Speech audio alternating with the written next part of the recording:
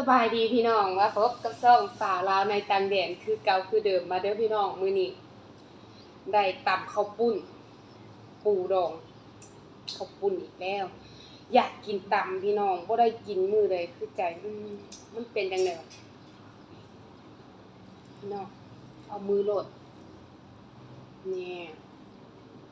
ตำข้าวปุ้นพี่น้องใส่อีปูดองผักจะมีถั่วฟูแล้วก็ใบโหระพาสลัดบ่เห็นต้นบัวเลยเห็นต้นบัวนี่จะมีต้นบัวแล้วก็หอมป้อมผักอันนี้เคยกินบ่บ้านเสียงเอิ้นผักกาดน้ำแข่งไปตลาดมื้อนี้กระหิวก็ได้มาบ่เว้าหลายยายห่างตั้งแต่เช้ายังบ่กินข้าวเนาะมากินอันนี้เลยมาเด้อข้าวปุ้นนี่บ่ได้ตัดเส้นยาวๆเลยมาเด้อไผมักกินตำ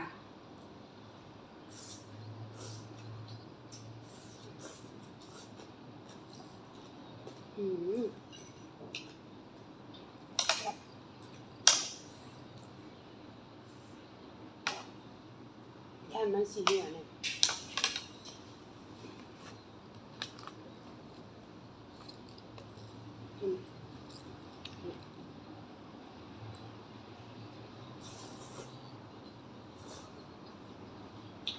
แซ่บบ่มาข้าวปุ้น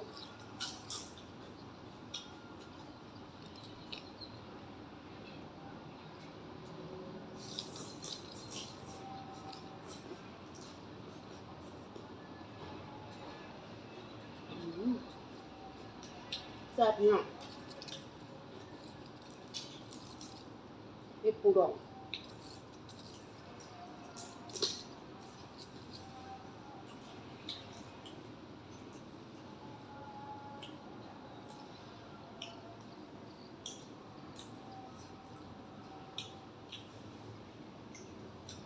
ลืมเอาจานมา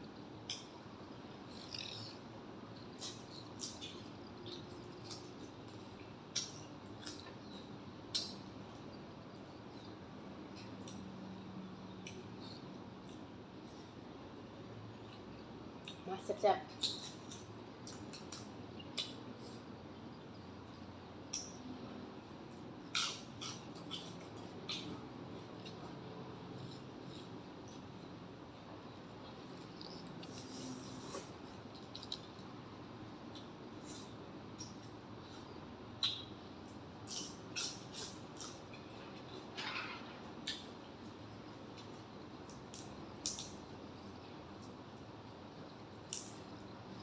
ผักกาดน้ำกับตับข้าวปุ้น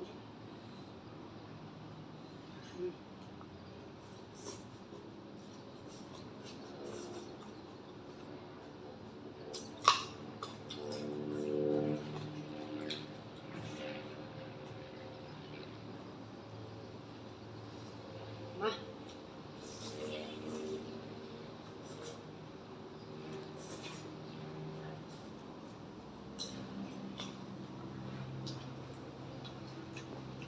โหระพา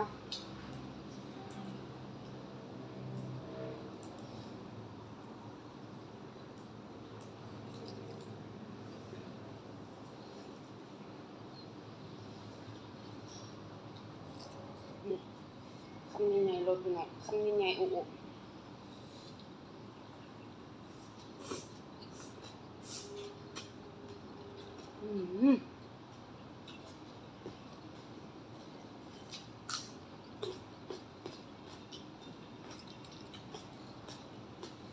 แซ่บ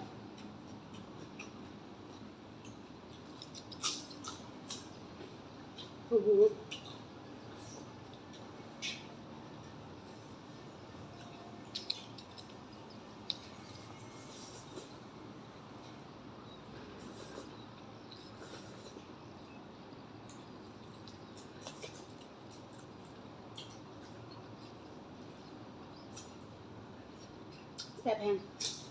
มื้อนี้ฟ้าบ่แดดฟ้ามืดมืดเลยประมาณว่าฝนสิตก ระวังมันดีดใส่ตามพี่น้องตำข้าวปุ้น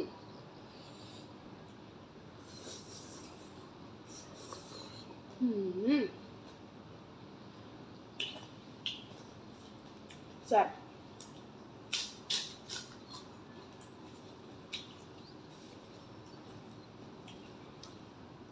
ใส่มะฮูไป2-3มีดซอยใส่เลยคำโอโอตำข้าวปุ้นโอโอ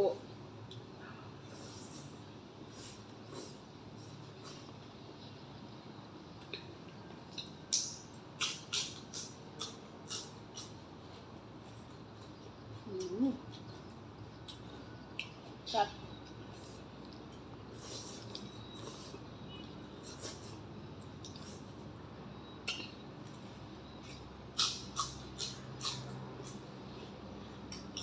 ไม่ได้กินตำนี่เลย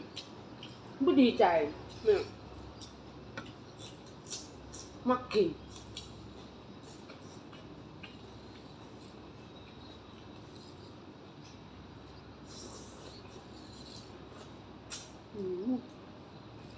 แซ่บ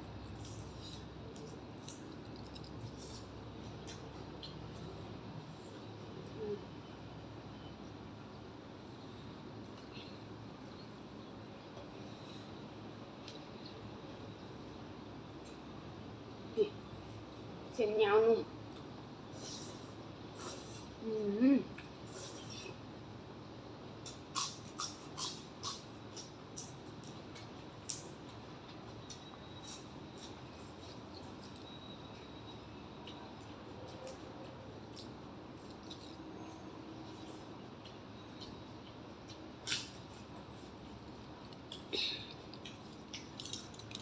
หอมป้อม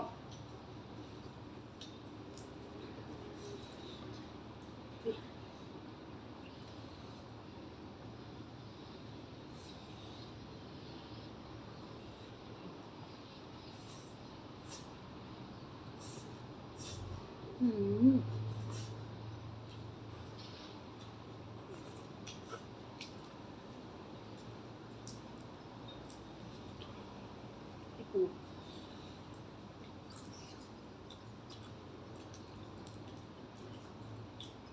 มันปู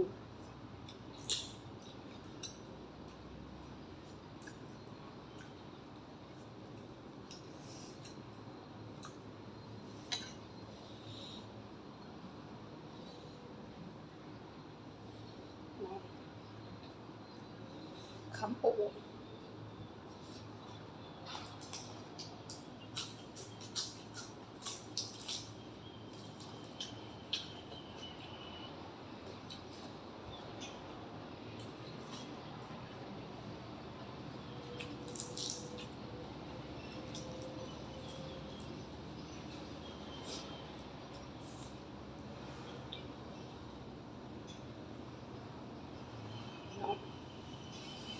คำโอโอ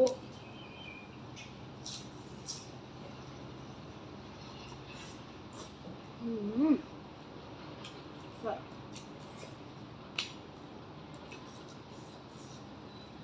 ลูกสาวครับ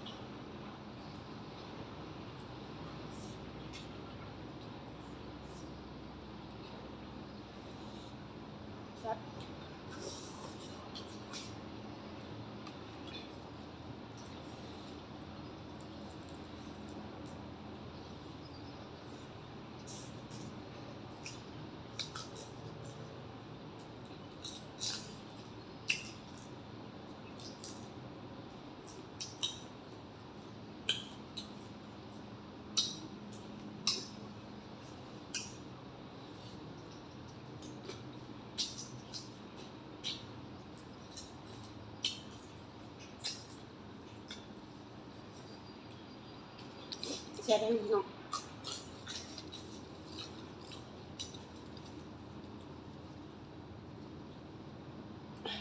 เผ็ดเริ่มเผ็ดมาแล้ว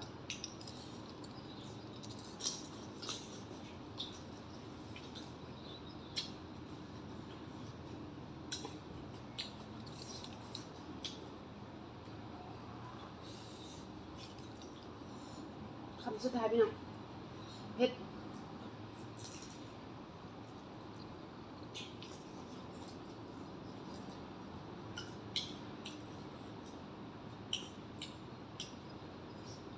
แซ่บลืมเอาน้ำมาไปละจังใดถ้ามักก็อย่าลืมกดติดตามกดไลค์กดแชร์กดกระดิ่งเพื่อบ่พลาดคลิปหน้าของแสงเด้อไปละบ๊ายบายขอบใจ